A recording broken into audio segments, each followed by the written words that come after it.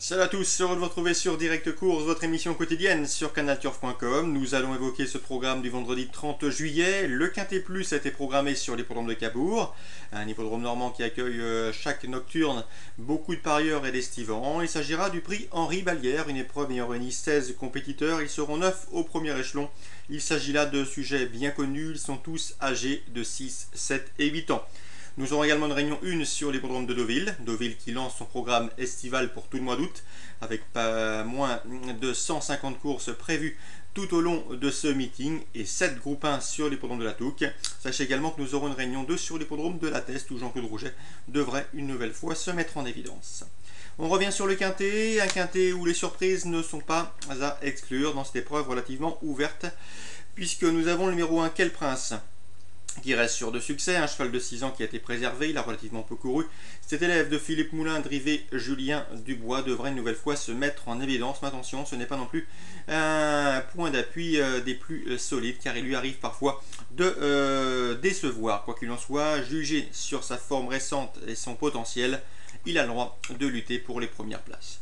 Le 13, Pétale Vry, un cheval qui ne devrait plus avoir le droit de boxer dans cette catégorie-là. Il est en retard de gain. Il l'a prouvé en dernier lieu à Saint-Malo, où malgré une faute en début de parcours, il est revenu faire le tour de peloton pour s'imposer, somme toute assez facilement. C'est un cheval quelque peu délicat au départ, pas à l'abri d'une incartade, mais c'est un bon droitier. Si Louis Baudron, son entraîneur driver, parvient une nouvelle fois à le canaliser et le maintenir au trot, nul doute qu'il peut faire sienne cette compétition. Un cheval qui vaut en lot comme celui-ci, mais je vous le répète, Pétale Vry n'est pas à l'abri d'une incartade. Et vous savez comme moi, ce n'est jamais facile de rendre la distance à Cabourg.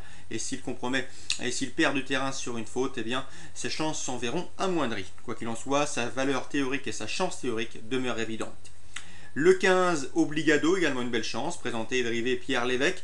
Le cheval est en forme, ses derniers résultats sous la selle en attestent. C'est un cheval qui est moins performant l'hiver et toujours meilleur avec l'arrivée des chaleurs. Un cheval d'été, un cheval qui a déjà bien fait sur ce parcours, lui a déjà marché petit 15, c'est-à-dire une 15 et fraction sur ce tracé, c'est suffisant pour jouer un bon rôle.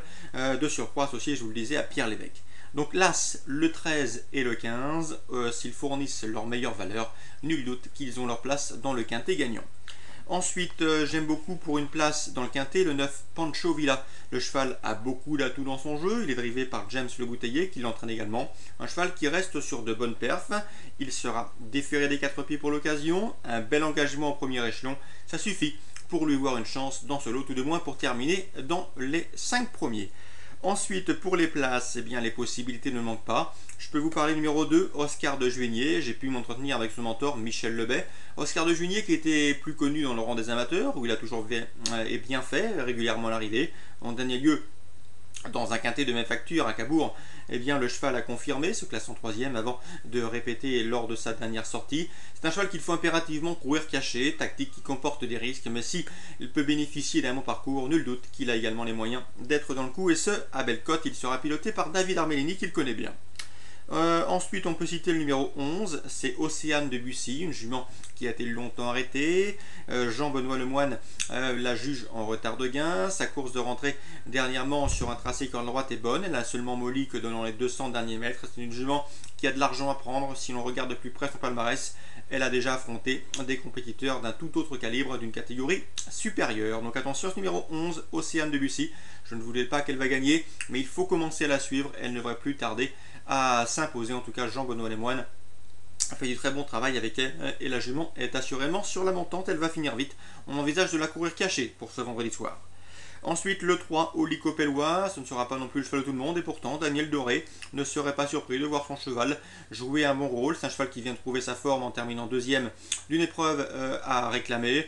Le cheval doit lui aussi impérativement courir caché, et à Cabourg, ce n'est pas vraiment un handicap, car s'il peut se faire emmener dans cette courte ligne droite et qui n'est pas trop loin, et à portée de fusil des animateurs, il peut venir chercher également une belle allocation.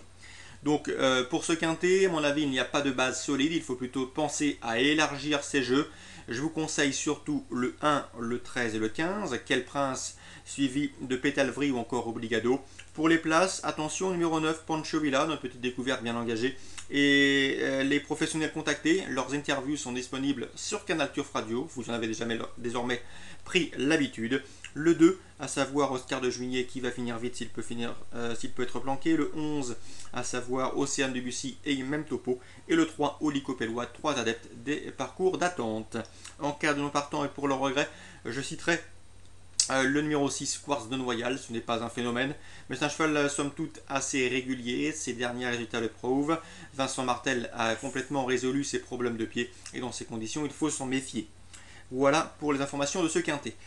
Toujours à Cabourg en Réunion 3, sachez qu'en dernier lieu j'avais pu m'entretenir avec Claude Campin qui présentait deux de ses pouliches, à savoir Tikalov et Twiska. Ces deux pouliches sont une nouvelle fois à la partie. En dernier lieu, Twiska, après avoir bénéficié d'un bon parcours au sein du peloton, terminait vite pour se classer 3ème, alors que Tikalov, retardé par une faute en début de parcours, est venu se porter parmi les chevaux de tête, avait logiquement molli dans la phase finale pour se classer 4ème ou 5ème de mémoire.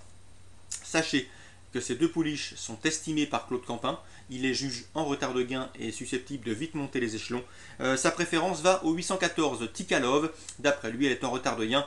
Et si elle part cette fois-ci correctement, je la pense capable de gagner cette 8ème course du programme. Le 814 Tikalov pour la victoire et le 806 Twiska pour une belle place. Claude Campin les estime. En réunion 1 à Deauville, je vous conseille surtout le 209 Nizza.